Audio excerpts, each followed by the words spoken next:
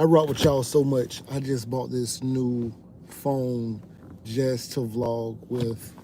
Um, it's not a brand new. It's not like the newest iPhone, but it's an iPhone 13. So I got it just for vlogging.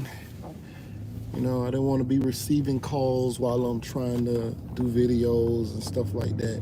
And even though I have my Androids and stuff like that, I like those better for just shooting without going live, and I think I like the iPhone better for going live. So here we are.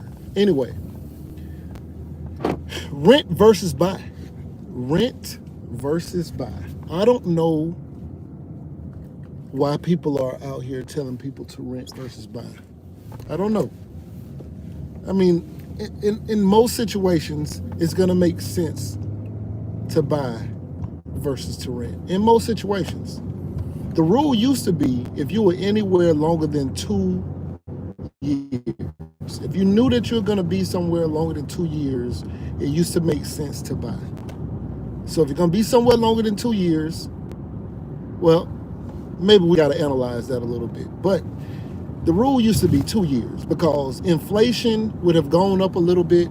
So even though you might have purchased, you would have more than likely been able to sell your house at a profit, even if it was only 2 years. Now imagine if you bought your house the year before COVID, and then right after COVID, the houses went through the roof. The values went crazy. You'd have made out like you'd have been able to get in a house for $289 and made $400,000 because it went up that much in like a short period of time. So, and when I bought my house, it was $233, and it went up to like $425 or something like that. But values have come down a bit since. Well, financing is high because the interest rates are high and stuff like that. But still, regardless, let's compare renting versus buying. So when they're comparing renting versus buying, let's just say, I don't know how much you guys are spending, but when I was purchasing, people were trying to compare renting an apartment versus buying a house. Now, this already don't make any sense because they look at the numbers. They say, okay, well, at the time when I bought my house, the average one-bedroom apartment was $1,380. My mortgage, all I was focused on was getting a mortgage that was less than equivalent to what I would pay for a one-bedroom apartment. That ended up being a four-bedroom house with 2.5 bathrooms. Excuse me. Now I could have got one bathroom in that one-bedroom apartment, but instead I got a 4-bedroom house with 2.5 bathrooms with a 2-car garage and a pretty decent-sized backyard. What people are looking at is just the money, but how, like if we were looking at it to be equal, we would have to compare the space. Me getting for a 1,380, 800 square foot apartment, 1-bedroom apartment, versus a 3,100 square foot house. So if we're going to compare apples to apples, we will have to look for either a house with the same amount of space or an apartment that's 3,000 square foot. Do you know how much money it would cost to rent an apartment that's 3,000 square feet if you can find one? If you can find one, some penthouse at the top of a building or something like that, 3,000 square feet. So we're already not looking at the right thing, because if we're looking for comparable space, now if you were looking for a house, if I was looking for a house at that time that was the size of, sorry, it's a little bumpy out here, but if I was looking for a house that was the size of that apartment, we're talking maybe $400 a month, $500 a month, because of the size that we're talking about. That's nothing. That would be a shack if it was a house. But our apartments, Well, they do have the pool and some amenities, some of them, if that's important to you. And some of these neighborhoods, like my brother neighborhood, they got a pool out there. They got all of those other amenities, you know. My neighborhood don't have that. But my house is actually more expensive than my brother's house by about $60,000. So I would have actually been happy with his house. It's about the same size, just a different part of town. That's all. So here's the other side. What about when we move? What about when we decide to pack up and go?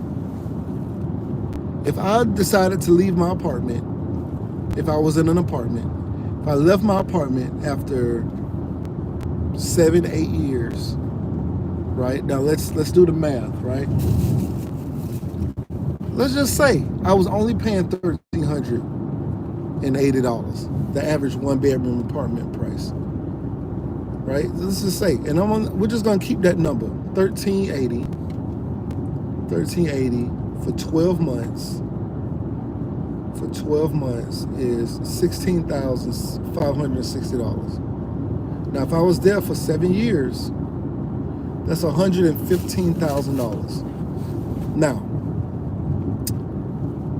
if I were to leave that apartment, how much of that money would I be able to take with me? Anybody know? Anybody know how much money I'd be able to take with me?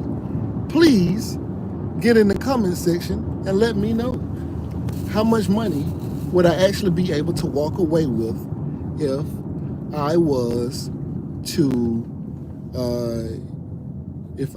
to leave my apartment and move to a new apartment? How much money would I be able to take with me? Let's just say I'm gonna move across the street. How much money, after I'd been there for 7 years and I'd have spent over $115,000 in rent, how much of that rent will I be able to take into the new location across the street? Does anybody know? Get the QuickBooks Mobile. Does anybody know? I can tell you right now, it's nothing. $0. I won't be able to take no money with me. You can take your time away. Time is money. You can take your time away. That's it. That's it. You can take no money with you to that new apartment across the street. Now, let's look at a house. So I'm there 7 years. I'm there 7 years. And I decide, you know what? I'm going to move across the street. Whether or not I want to move into an apartment or I want to move into a house. I've been there for 7 years. And let's say the mortgage is the same as the rent. So I spent the same amount of money. Now, let's look at my situation. In that 7 years, I bought a house that was $233,000. Value of the house went up almost $200,000. Almost $200,000. So in that 7-year time frame, I went up in value almost $200,000. Let's call it, let's just be cool. Let's just call it 150. It's okay. It's whatever it is, it's more than what I would have had coming out of an apartment. So I decide, you know what? I want to move across the street, right? I can sell that house. Get a, let's call it, it's only been 7 years. Let's call it $100,000 because I would have to pay. I might do some sprucing up to make the new buyer happy. Who knows? Let's just call it walking away with $100,000 after 7 years, right? Walking away with $100,000 after 7 years. Well, I was moving out of an apartment. I walked.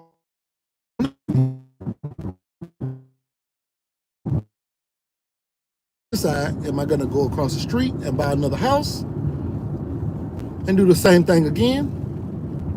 Or am I going to move in an apartment? But either way, I have $100,000 profit. Okay, hold on. Let me see what you're saying. Let me see what you're saying. YL23, okay. Said time is valuable. Said the debate is a pointless. The debate is pointless because if hold on, you know what? I gotta when I'm actually stopped because I can't read but yeah. So I definitely want to see what you're saying. Definitely want to see what you're saying. But yeah, but they will tell you. And remember, this is just 7 years. This is just 7 years. Let me see. I've seen some renters. I got it. I'm almost there. But yeah, so it's like we're having a discussion about something that the numbers don't support. The numbers don't make sense to the argument that we should be renters instead of buyers. The numbers don't make sense. It ain't my fault the numbers don't make sense. It's just, first of all, I'm an accountant, right? So in case you don't know, I am an accountant. But the numbers just don't support renting versus buying if you're gonna be somewhere long term. Now, you also gotta think about the down payment, right? And I know they bring this up. They're like, oh, what about the down payment? What about the down payment? Let's say you were gonna buy a $200,000 house and you're gonna put down 3.5%. 3.5%. Well, 3.5% of $100,000 is $3,500, right? You'd have to put down 3.5% to get an FHA loan. And so you put down 3.5%, which is $3,500 per $100,000. So for $200,000, it's $3,500 times 2. So that would be $7,000. So, and I'm only saying this as an example because I didn't put anything down because I'm a disabled veteran. Well, I'm a veteran, so if you had a VA loan, you could have no money down. So I didn't even pay the funding fee. But regardless, if you were to put down 3.5% on $200,000, that'll be $7,000, which if you have a career or a job that has a 401k, you can pull the money out of your 401k. So you can take the money from yourself. You wouldn't believe how many people did not know they had the down payment money in their retirement account that they could access. You would not believe how many people have purchased homes because of one simple conversation with me about their down payment money. Because the biggest thing was they want the house, they love the house that they want to get in, they know to save the money because I got family in Miami who, down south, they were paying like $3,900 a month. $3,900 a month is what rent grew to. It was like $2,700 and kept going up, but it got like $3,900 a month. $3,900 a month, and they're like, I'm not able to save up the down payment. But they have careers. It's sitting in their 401ks. They might have had, I don't know exactly the amount, but they might have had $80,000 sitting in their 401k. They did not even, they needed more than $7,000 to buy down there, but they had the money there that was available for them, but they didn't even know they had the money. So now, also, let's say you do put the money down. Let's say you buy a $200,000 house, you put down $7,000, put the $7,000 down, and you're worrying about, well, what about that money? All right, tell me, in what 401k, because the thought is, well, if I borrow from my retirement account, how will I justify taking that $7,000 out? Because now I'm not able to compound interest on that $7,000 from stocks that sit in mutual funds that have slow growth, right? So let's say that mutual fund is getting 20%. I'm just throw some numbers out. Let's say it was 20%, right? 20% of $7,000 is basically $1,400. So you take you'll take 10%. The easy way to do that number is take $7,000 and do it by 10%. Break it down into 10%. 10% of $7,000 is $700, right? So you're looking at 20%. If you were so fortunate to get 20%, because it's really gambling when you're dealing with mutual funds. It's always up and down, especially with this administration. It's up and down. It's crazy. But you're looking at $1,400 let's say per year, right? Compounded a little bit, and I'm giving you an extreme, so let's just average it out to 20%. So you're gonna get $1,400 times 7. Even if we rounded it up and we said, I'm gonna give you $2,000 for, instead of $1,400 a year, I'm gonna give you $2,000. What are these people doing? I'm gonna give you $2,000 per year times 7 years. That's $14,000. You're comparing $14,000 to $100,000. And we really made more than that. You know, we would have made more than that. But the numbers don't support it. The numbers just don't support it. But I don't know why we listening to billionaires who are telling us that we should be a nation of renters, that we should not buy. This is the reason why we ain't got no money, because we don't own nothing. The power is in ownership. We must own things. We must own things, and real estate is one of those things that we must own.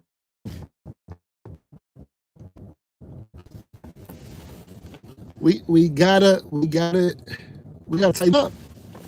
I had to pull over just so I could read these messages because YL23 is going crazy on me. All right, so YL23 said the debate is pointless because it depends on a person's situation. In some situations, it's better to own, and in other situations, it's better to rent. Well, okay, let's see. Most of the people who own homes died broke or struggling, so I don't believe in buying a home is going to make a huge difference, crowd. Okay, okay, I'm gonna finish reading. I'm driving to Grand Rapids, Michigan from Chicago, so I cannot type much. My plan is to put money into a business instead of a home. If that business works out, I can buy many homes fast. But if I lock that money into a home instead of a business, I could miss starting a business that might make millions. So that is my situation. But for others, owning a home is the way to go. YL23 says, if you own your home, how much money is that going to generate for you every week? Well, it depends. So I'm glad that you mentioned that, because of course it all depends, right, on your situation. My house, I rented rooms out. I got a 4-bedroom house. I can rent. I was renting 2 rooms out at a time. I have someone, military friend of mine, who's coming to Atlanta. He's going to be paying $800 a month to be in a room. My house is making more money because and without even being much of a distraction for me, because I got the space. It's not a 1-bedroom apartment. I have the room. I could easily get $1,000 a month per room here where I'm at. I don't know about where you are. You say you don't do roommates, and you don't have to. I mean, you don't have to, but you were asking a question as to, because like I could also move, and my house will bring in about $2,500 a month. Is like that, $2,500 to $2,700 a month. Let's say $2,500 a month is the average going rate for a house like mine.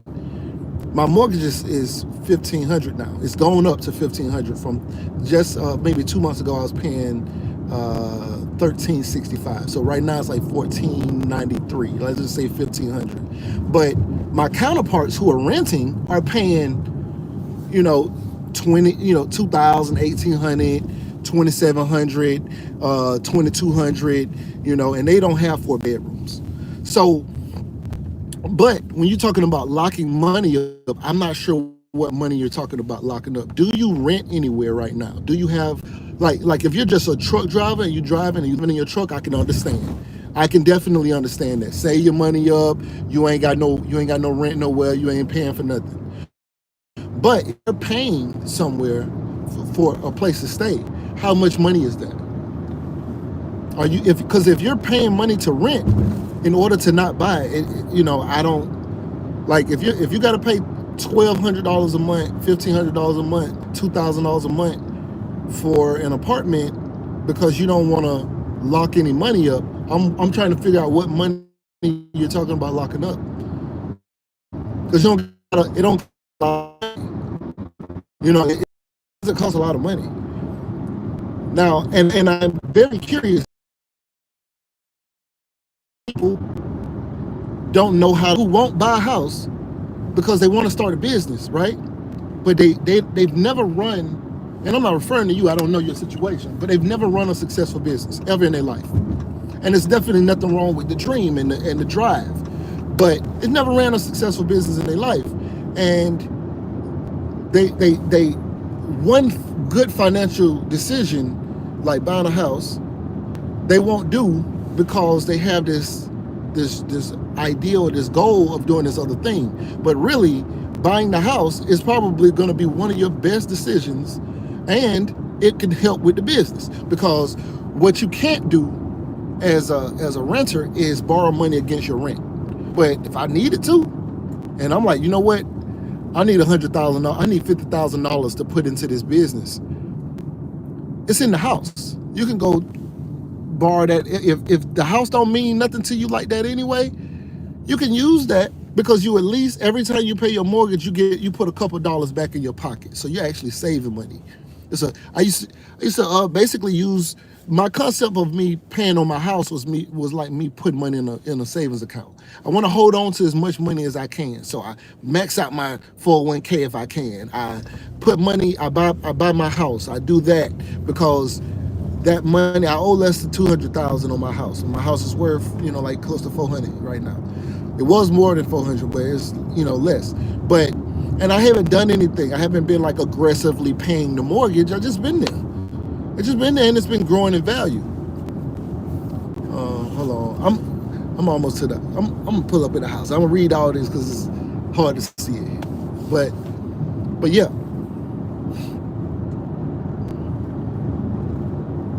Yeah, so that's where I'm at with it. So it's kind of like when we're talking about renting versus buying, I'm really struggling as to why, like what things that people are telling people or that people believe is the gap between buying. Now, right now, interest rates are high, and I'll say this too. When I was looking at buying my house, back when I bought my house, like I said, my brother's house was $60,000 less than mine. I love my brother's house. I wanted a house just like my brother's house. I didn't want a house like mine. I was like, hey, I hear you, right? Y'all want to charge me more. They about the same size. My house ain't much bigger than his. They same builder, just two separate sides of town. But I was like, hey, y'all can keep that house. Give me a house like his. And they said, we don't build that out there. And I'm like, well, what do you build that's comparable? He was like, we don't build nothing like that. It's just a different area. You got a different trim. You got this. And so I ended up being forced into having to get what I got, right? And 233 was high. My brother's house was like 176. 233 was high. I didn't want to pay 233. I didn't want to touch 200,000. But I was like, well, in the long run, I know it makes sense in the long run, so long as we keep living, right? Because things are going to continue to go up. And so I will say, right now, people look at buying stuff right now, and the interest rates are high, which if they come down, we can refinance. But what if interest rates don't come down? Which we all expect interest rates to come down at some point. You can refinance then. But if you don't get in it, right, and it continues to go up, then it never goes down. It never goes down. So then it's like, maybe I don't walk away with 100,000, or maybe I walk away with 75,000 after the end, or whatever it is. But yeah. All right, so let me read these messages from YL23. Shout out to you, big dog. YL23 says, okay, hold on. He said, okay, I'm gonna start back here. He says, if you own your home, how much money is that gonna generate for you every week? Then he said, I don't do roommates, because I had said, as an example, you can get a roommate. And then he said, if you're going to, he said, I was talking about cases where, oh no, my bad. I got to go up a little bit. Okay, he said, okay, bring rooms out makes sense. Well, I guess he's saying rent rooms out makes sense. But when most people talk about buying a home, they're not talking about renting rooms. I was talking about that part. I wasn't talking about the part where you rent. YL23 says, what are you talking about? Make a landlord. I was talking about cases where people are not talking about being landlords there. Talking about owning their home is going to make a big difference. Yes, it's gonna make a big difference. It's you know, this is the long game. So this is a big difference, right? Own your home. I got an apartment. I can't go borrow $20,000 to put in my house. I can't go borrow nothing to put in my house. In my business. If I needed 15,000, if I needed 20,000, to let's just say me, if I wanted to buy a truck and I ain't had the cash, because it's try to, I don't know how many of y'all raise your hand. Raise your hand if you have saved $100,000 cash. Raise your hand. Raise your hand.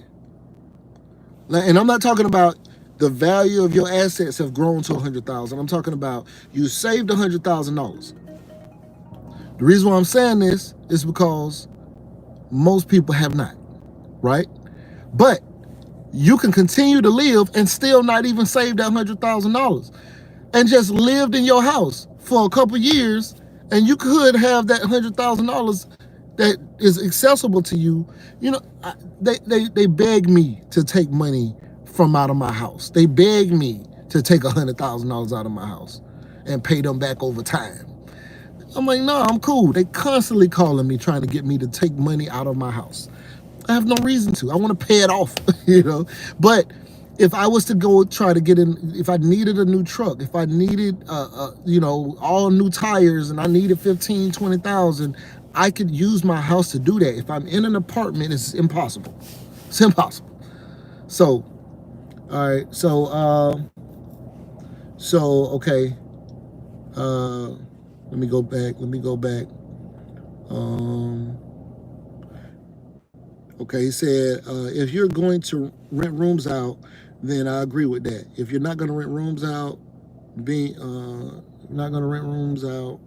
being right in the hole, man, why are you at home? It's not going to make a huge difference in your life. I'm not sure what you're saying here. But YL23 says, yes, I live in my truck. So you live in your truck. I get it. I get that. You live in your truck. That makes sense. That makes sense. You live in your truck. So as long as you live in your truck, you Gucci. You know what I'm saying? You live in your truck. I have no quarrels with that. You know what I'm saying? You live in your truck. I'm not mad at that. He said, okay, when you first buy a house, there's not much you can borrow against it. Remember, when you go in an apartment, you can't borrow nothing anyway. It doesn't you equal. You probably are actually a little ahead. I paid no money down when I moved into my house. If I had tried to move into an apartment and they were like, I would have needed to get at least 2 bedrooms. You know, you got kids, you got to get at least 2 bedrooms. I probably needed a 3-bedroom. A 1-bedroom was $1,380. I think a 2-bedroom was like $1,500, and a 3-bedroom just, up and up. But I would have needed at least 2 bedrooms, and I would have needed to put first month and last month rent or a security deposit down, and the app fee, and so that all would have been over $3,000. So it would have been more expensive to me to rent a room or rent an apartment than it would have been for me to build a house. I built the house for no money down. I put $1,000 earnest money down. That was it. Comparing that to the apartment is harder. And I would have had to pay an application fee for the apartment and hope that they accept it. Because they can say, nah, just accept my application fee. The banks don't do that for houses. You don't pay an application. I never paid an application fee, and if they did, they rolled it into the mortgage or something. I never paid it out of pocket. So that's that too. You know what I'm saying? So I actually ended up with more money in my pocket by rent. I talked about all of this in the past in other videos, but I want to get to this other point. You said YL23 says yes, you have to pay property taxes. I'm not sure where you were saying about the yes, you have to pay property taxes. My mortgage, when I said my mortgage is $1,500, that includes insurance and property taxes. It's called PITI, pity. Principal, interest, taxes, and insurance. So it includes that whole amount inside of that. So, okay. All right. King 318 said, what's good, everybody? What's up, big dog? You feel me? Yes, sir. While L23 said, a $500,000 house don't excite me. I'd rather fall trying to get to $1 million business, a multi-million-dollar business. I don't know why you saying $500,000 house. I don't understand. I'm talking about, well, you're living in your truck, so you're completely outside. Stay in your truck as long as you can, because it's free. So all that money is free.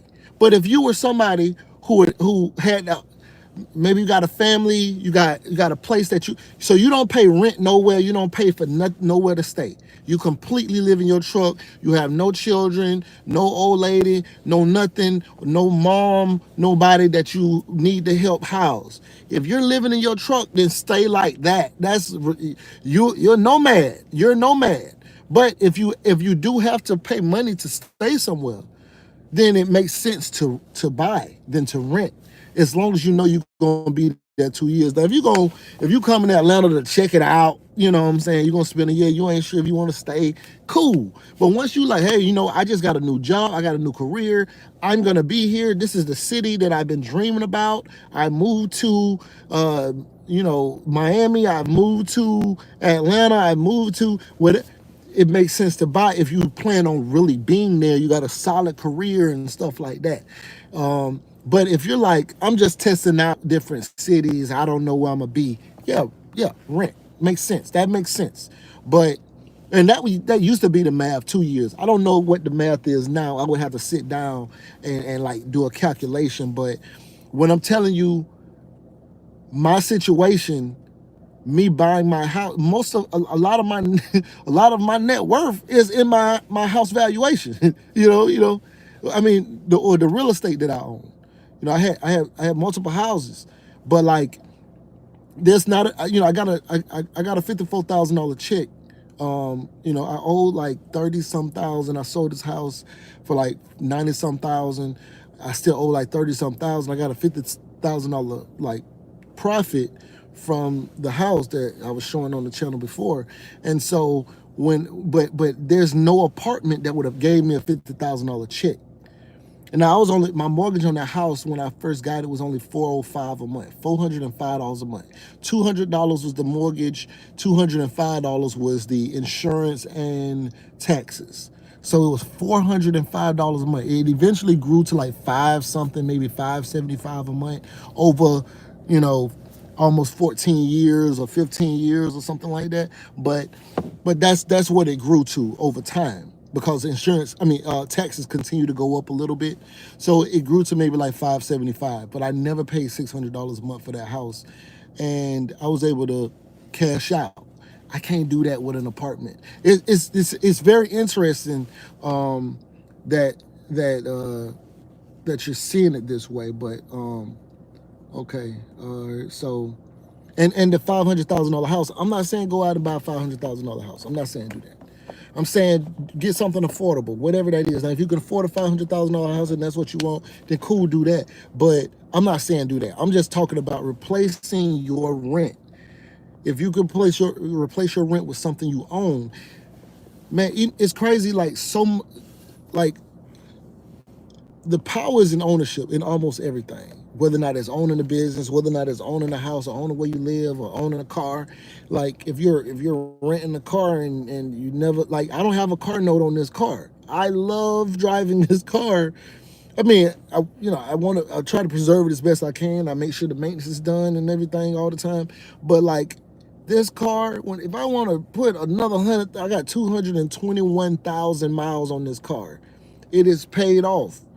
I'm gonna give it to my son, and that's when I'm gonna get something else. But I don't have a problem with driving this. It's still a good looking car. I just, once I sold the house, I paid the car off, and I just still be driving it. But I don't feel no kind of way. I'm not like, well, I want to preserve the miles on the car because I'm still paying on it. No, I'm driving this. I drive this to Miami and back. I drove this to Tampa and back. I was living on, like, you know what I'm saying? But the owner, like, nobody's coming to get this. I don't have to worry about I didn't pay on this car note or something like that, or I got to make sure I pay this car note on time. I don't have to worry about that because I own it. Versus, if I was leasing or whatever, I'd still have that bill. It might be a really nice car, but I mean, that's a 2019, it is what it is. But I bought it new, and I maintain it. But like the power is in ownership, man. So, all right. So, people told, while L23 said, people told me that I couldn't get into medical school, not recruited by Arvin Medical School, and I had people telling me I couldn't even get into medical school. So I'm gonna try to run my business. There's nothing wrong with that, Brody. Do that. Do that. He said, I'm not a normal person. I like my odds. I've done harder things than running a business. I understand, but like I said, I saw a lot of. I think I know what you're talking about. You're referring to the stuff I was saying earlier about. I know a lot of people who try to start business and get into business, but they don't do well. And there are still safe and good financial decisions they could be making right now. So I saw a lot of people who owned their homes all my life and they died broke. That may have nothing to do with the fact that they own their home. I definitely would like for us to get out of that mindset, because if they were in an apartment and they couldn't afford the apartment, they probably couldn't afford the house. I mean, they couldn't afford the house, they couldn't afford the apartment. The house is cheaper. The house is cheaper. The house is cheap. If I can't afford to pay $1,500 a month for my mortgage, I can't afford no $1,900 rent. I'll be on the street way faster. It takes more to put me out the house that I own than it does to put me out an apartment. I would have been outside earlier. But, either way, do you have money or don't you?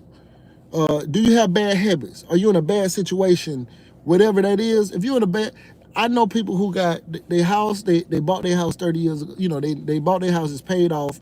They bought it when the house was $125,000 back in the day. The house worth, 400, 500,000 now because of inflation or whatever, and they don't have a mortgage. They don't have a mortgage because they paid it off. They pay taxes. They pay a couple, and they got homestead exemption, which is what I have as well. And so with homestead exemption, they stuff is frozen from 97. They still got frozen 97. They paying $300 a month with insurance and mortgage. Like that's all they paying, and they living in what's equivalent to a $400,000 house now. But if they were renters, they might have been paying $600 back in the day, $500 or $600. But now they'll be paying to live the way they comfortable living. They'll be paying $2,000, $2,200, $2,500 a month in rent. Let me see. Okay. Let me see. He said, okay, you got to think about it. They beg you to take money out of your house because you're benefiting the bank. That's right. That's a fact. That's why I mean, but if you got to do it, right? If you got to do it, like if you're saying, yo, I got a business that I need to do, and I need to get this equipment. It's $50,000, but there's a $500,000 contract that I can get. Sometimes people just got to do what they got to do. That's not what I'm trying to do, but some people just do what they got to do, and they leverage the house because they're like, man, this is just a tool for me to access money. And in their house, they were never able to save the money, but the house grew in value, and they were able to pull the money from the value of the house in order to get that equipment, in order to get that business, and they're making more money. But even without them being able to physically save the money. Like if you ain't able to stack 100,000, you could have just been living here and made 100,000. You ain't even have to do nothing.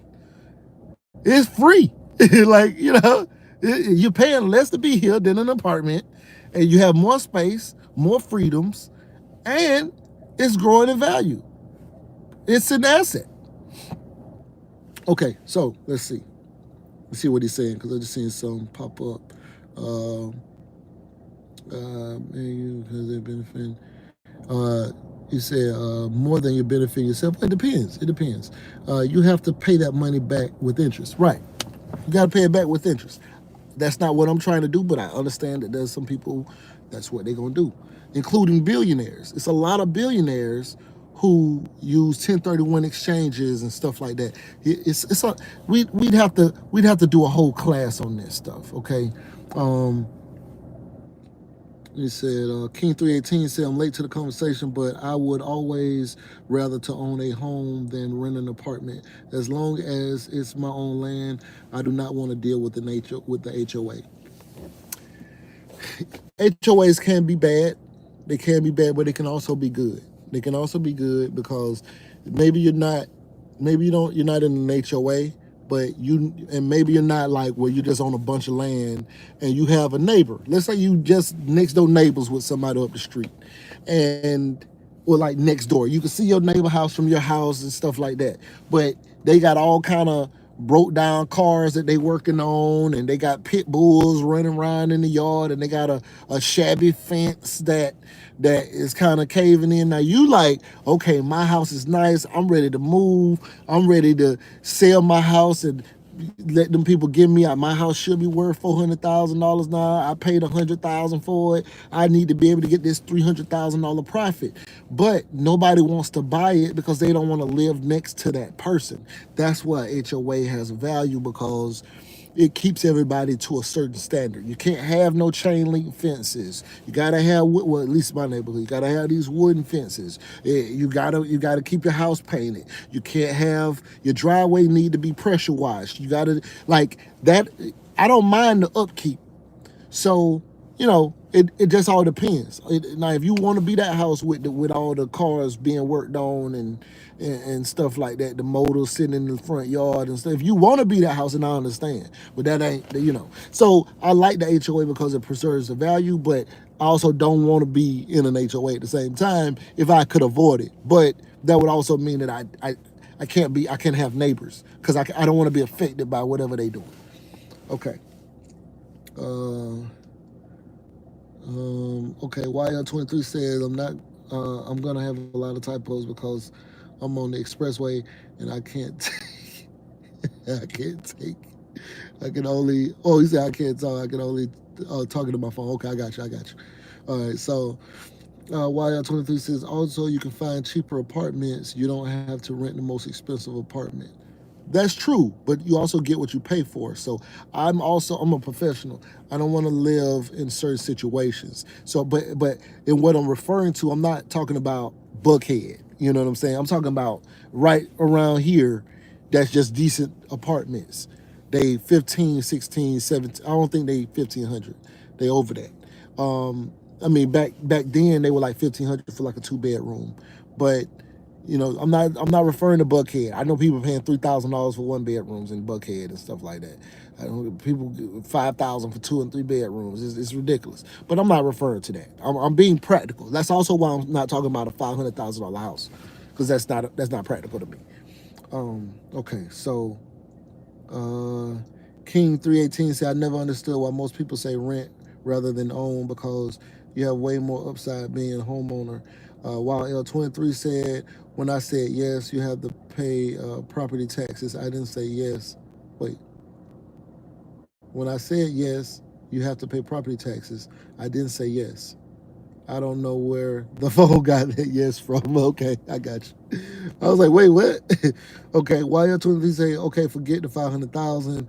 I was just saying that the house zone excited, the house zone excited as much as a multi-million-dollar business does. Yeah, understood. I agree, a multi-million-dollar business. But if we got to live somewhere, We still got to live somewhere. That's all I'm saying. And if we're gonna live somewhere, let's do the house. But we don't need to put the like it. Of course, it also still depends on your situation. But the house doesn't necessarily require a lot of a capital that you're talking about maybe putting in the business. That's part of the misconception. Now, if this is $1 million home, we hear these people, these billionaires talking about buying $20 million homes, and that's why they rent. Because if they're going to buy a $20 million home, if they're going to buy a $20 million home, do you know how much they got to put down? They cannot put down 3.5% because that is not going to qualify for FHA. It's not going to qualify for a first-time home.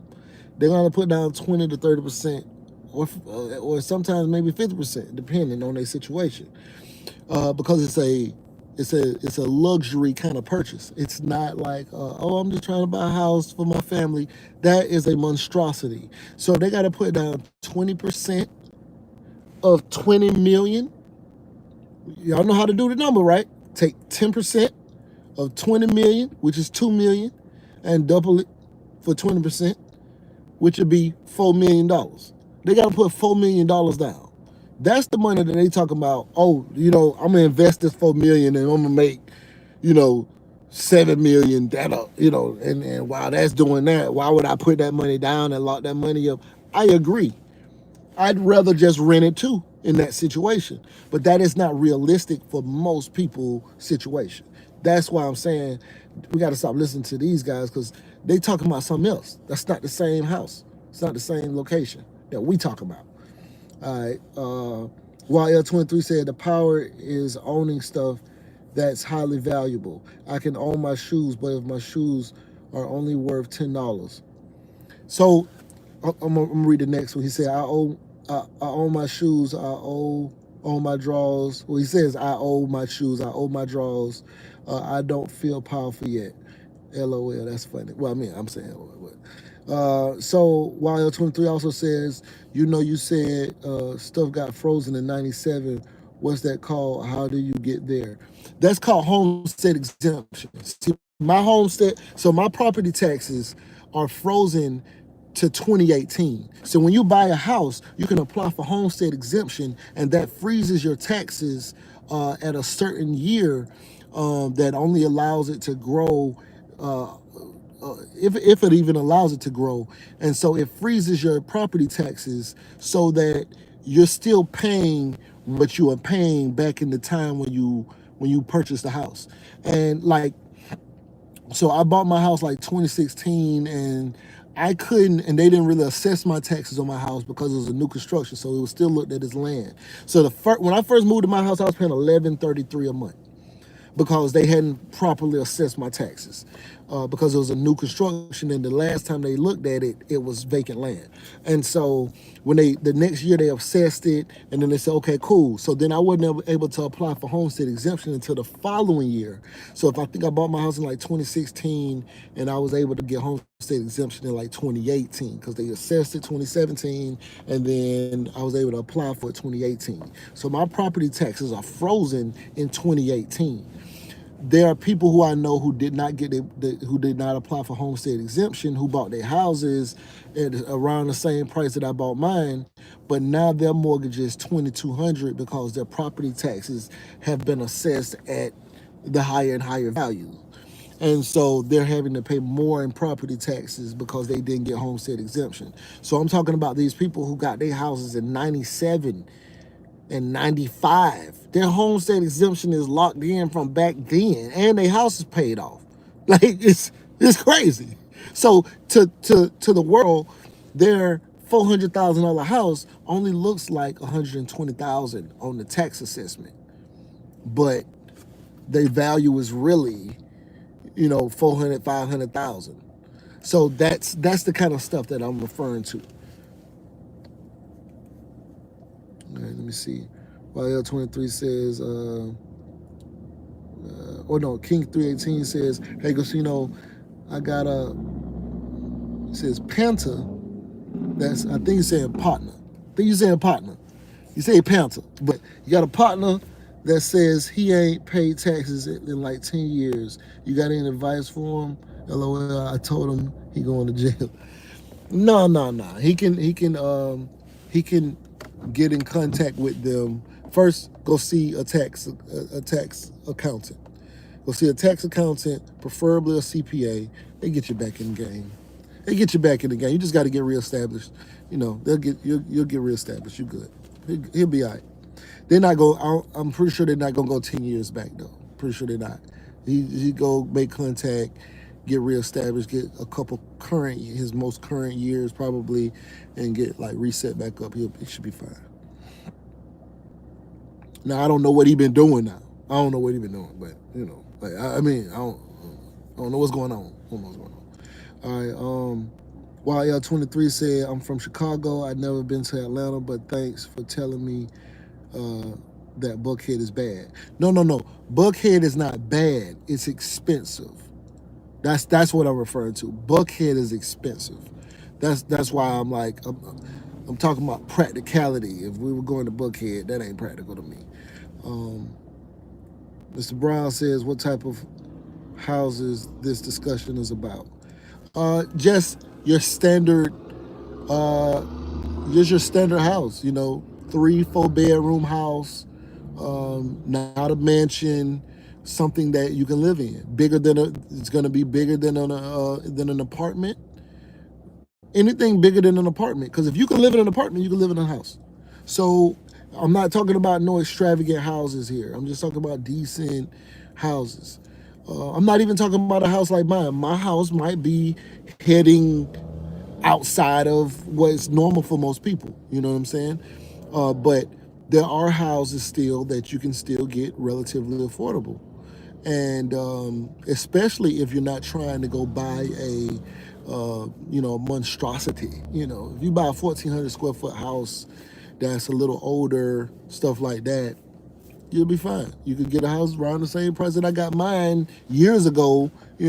But like I said, you'll stop paying rent and you'll start owning, and you can actually use the house as a tool. So let me see what else. Let me see what it said. Okay. YL23 said, "Oh, you're saying Buckhead is a good neighborhood. I thought you were saying Buckhead was a bad neighborhood." No, no, no. It's just not practical financially. It's one of the most expensive areas of Atlanta, for sure. King 318 saying, "LOL, thanks, but I'm still going to tell his ass he going to jail." Yeah, that's hilarious. Man, hey, I definitely appreciate y'all coming and hanging out with me. Um, I gotta I didn't want to drive into my neighborhood because it's like a little dead zone, and then this would have blanked out. So I just really pulled up here to the store or whatever. So, but I appreciate y'all coming and hanging out. I'm gonna be doing more of these because I just bought a phone for $250 to do these lives with, and I got to get that $250 back from the pennies they giving me on YouTube. But I definitely appreciate y'all coming and checking in with your boy. Right now, you're watching Casino is the Name. If you find any value in these videos, please like, share, comment, and subscribe. And holla at your boy. We out.